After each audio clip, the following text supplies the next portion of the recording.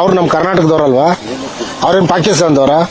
Greater Bengaluru integrated township ಅಂತ ಈ ಯಾದಗಿರಿ ಆಗ್ಬೋದು, ಬಿಜಾಪುರ ಆಗಿರ್ಬೋದು, ಗುಲ್ಬರ್ಗ, ಬಾಗಲಕೋಟೆ, ಬೆಳಗಾವಿ, ಹುಬ್ಳಿ, ಗದಗ, ಧಾರವಾಡ, ಬೇರೆ ಬೇರೆ ಉತ್ತರ ಕರ್ನಾಟಕದಿಂದನೂ ತುಂಬ ಜನ ಬೆಂಗಳೂರಿಗೆ ಹೋಗಿ ತಮ್ಮ ಜೀವನವನ್ನು ಕಟ್ಕೋಬೇಕಂತ ಹೋಗಿರ್ತಾರೆ.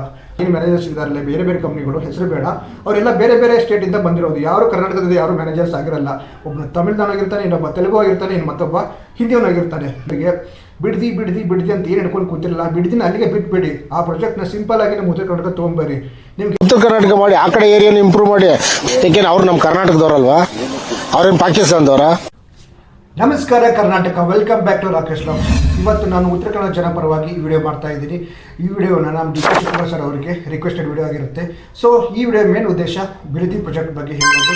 ಬಿಡದಿ ಪ್ರಾಜೆಕ್ಟ್ ನಮ್ಮ ಉತ್ತರ ಕರ್ನಾಟಕ ತೊಗೊಂಡ್ಬಂದರೆ ಎಷ್ಟೆಲ್ಲ ಹೆಲ್ಪ್ ಆಗುತ್ತೆ ಅನ್ನೋದೇ ಈ ವಿಡಿಯೋದ ಉದ್ದೇಶ ಆಗಿರುತ್ತೆ. ಸೊ ಮೊದಲನೇದಾಗಿ ಬಿಡದಿ ಪ್ರಾಜೆಕ್ಟ್ ಏನಪ್ಪ ಅಂತಂದ್ರೆ, ಬಿಡದಿ ಪ್ರಾಜೆಕ್ಟ್ ಇನ್ನೊಂದು ಹೆಸರು GBIT ಅಂತ, ಗ್ರೇಟರ್ ಬೆಂಗಳೂರು ಇಂಟಿಗ್ರೇಟೆಡ್ ಟೌನ್ಶಿಪ್ ಅಂತ.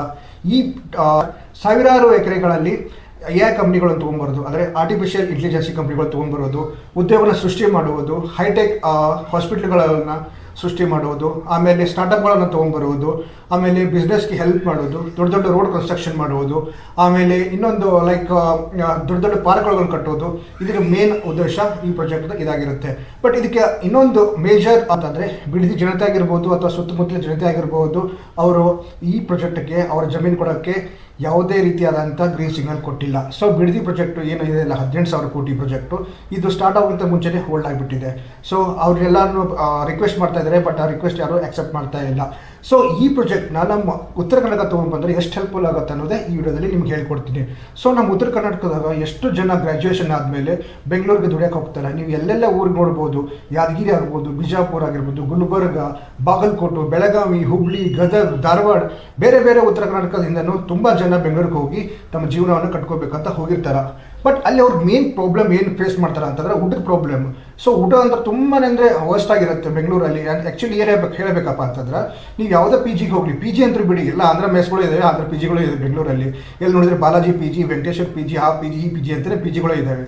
ಬಟ್ ಈ ಊಟ ನಮಗೆ ಸೆಟ್ ಆಗಲ್ಲ. ಆ್ಯಕ್ಚುಲಿ ನಾವು ಊರಲ್ಲಿ ಅಮ್ಮ ಮಾಡಿರೋದು ರೊಟ್ಟಿ ಪಲ್ಯ ಆಗಿರ್ಬೋದು, ಚಪಾತಿ ಆಗಿರ್ಬೋದು, ಅಥವಾ ರೊಟ್ಟಿ ಕಾರ್ಬಾಳಿ ಅಥವಾ ಖಾರ ಎಣ್ಣೆ ಚಟ್ನಿ, ಪುಟಾಣಿ ಚಟ್ನಿ ಆಗಿರ್ಬೋದು, ಶೇಂಗಾ ಚಟ್ನಿ ಆಗಿರ್ಬೋದು, ಈ ಥರ ತಿಂದು ನಾವು ಬೆಳೆದಿರ್ತೀವಿ. ಬಟ್ ಸಡನ್ ಆಗಿ ರೈಸ್ ತಿನ್ನಬೇಕಂದ್ರೆ ಬೆಳಗ್ಗೆನೂ ರೈಸ್ ಇರುತ್ತೆ, ಮಧ್ಯಾಹ್ನ ರೈಸ್ ಇರುತ್ತೆ, ರಾತ್ರಿ ರೈಸ್ ಇರುತ್ತೆ. ಅದು ತಿಂದು ನಮಗೆ ಕಷ್ಟ ಆಗುತ್ತೆ. ಸೊ ಅದಕ್ಕೆ ನಮಗೆ ಆ ಫುಡ್ ಇಷ್ಟ ಆಗಲ್ಲ. ಫಸ್ಟ್ ಆಫ್ ಆಲು ಅದೊಂದು ಮೇಜರ್ ಪ್ರಾಬ್ಲಮ್ ಆಗುತ್ತೆ.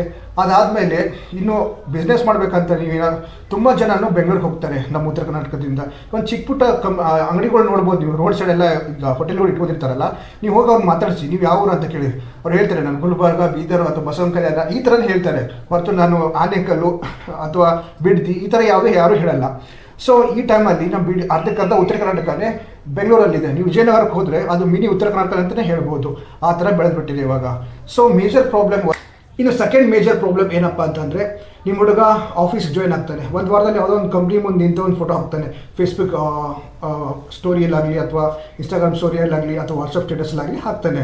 ಸೊ ಅದನ್ನು ನೋಡಿ ನೀವು ನಮ್ಮ ಮಗ ಬೆಂಗಳೂರಲ್ಲಿದ್ದಾನೆ, ದೊಡ್ಡ ಕಂಪ್ನಿಲಿ ವರ್ಕ್ ಮಾಡ್ತಾ ಇದ್ದಾನೆ, ಚೆನ್ನಾಗಿದ್ದಾನೆ ಅಂತ ತಿಳ್ಕೊತೀರಾ. ಬಟ್ ಮೇಜರ್ ಪ್ರಾಬ್ಲಮ್ ಅಲ್ಲೇ ಇರೋದು. ಆ್ಯಕ್ಚುಲಿ ಅವನು ದೊಡ್ಡ ಕಂಪ್ನಿಲಿ ಕೆಲಸ ಮಾಡ್ತಾನೆ, ಬಟ್ ಚಿಕ್ಕ ಮನುಷ್ಯಗಳ ಜೊತೆ ಕೆಲಸ ಮಾಡಿರ್ತಾನೆ, ಅಂದರೆ ಮ್ಯಾನೇಜರ್ಸ್ಗಳು ಬಿಡುತ್ತೆ. ಆ ಮ್ಯಾನೇಜರ್ಸು ಅವರಂದ್ರೆ ಪರ್ಸೆಂಟಿ ಮಾಡೋದ್ರಲ್ಲಿ ಎತ್ತಿದ ಕೈ. ಅಲ್ಲಿ ಎಲ್ಲ ಮೋರ್ ದೆನ್ 80% ಜನ ಏನು ಮ್ಯಾನೇಜರ್ಸ್ ಇದ್ದಾರಲ್ಲ, ಬೇರೆ ಬೇರೆ ಕಂಪ್ನಿಗಳು, ಹೆಸರು ಬೇಡ, ಅವರೆಲ್ಲ ಬೇರೆ ಬೇರೆ ಸ್ಟೇಟಿಂದ ಬಂದಿರೋದು. ಯಾರು ಕರ್ನಾಟಕದಲ್ಲಿ ಯಾರು ಮ್ಯಾನೇಜರ್ಸ್ ಆಗಿರಲ್ಲ. ಒಬ್ಬನು ತಮಿಳ್ನಾಡು ಆಗಿರ್ತಾನೆ, ಇನ್ನೊಬ್ಬ ತೆಲುಗು ಆಗಿರ್ತಾನೆ, ಇನ್ನು ಮತ್ತೊಬ್ಬ ಹಿಂದಿಯವನಾಗಿರ್ತಾನೆ. ಇವರೆಲ್ಲರ ಜೊತೆಗೆ ನಾವು ಸೇರ್ಕೊಂಡು ಕೆಲಸ ಮಾಡಿ ಒಳ್ಳೆ ಪರ್ಫಾರ್ಮೆನ್ಸ್ ಕೊಟ್ಟರು ಮಂತ್ ಎಂಡಲ್ಲಿ ಅಥವಾ ಇಯರ್ ಎಂಡಲ್ಲಿ ನಮ್ಗೆ ಹೈ ಕೊಡಬೇಕಂತಂದ್ರೆ ಮೀನಾಮೇಷ ಮಾಡ್ತಾರೆ. 5% ಕೊಟ್ಟೆ, 6% ಕೊಟ್ಟೆ ಮಾಡ್ತಾರೆ. ಅದೇ ಅವ್ರ ಸ್ಟೇಟ್ದವ್ರು ಆಗಿದ್ದರೆ 100%, 15% ಎಲ್ಲ ಕೊಡ್ತಾರೆ.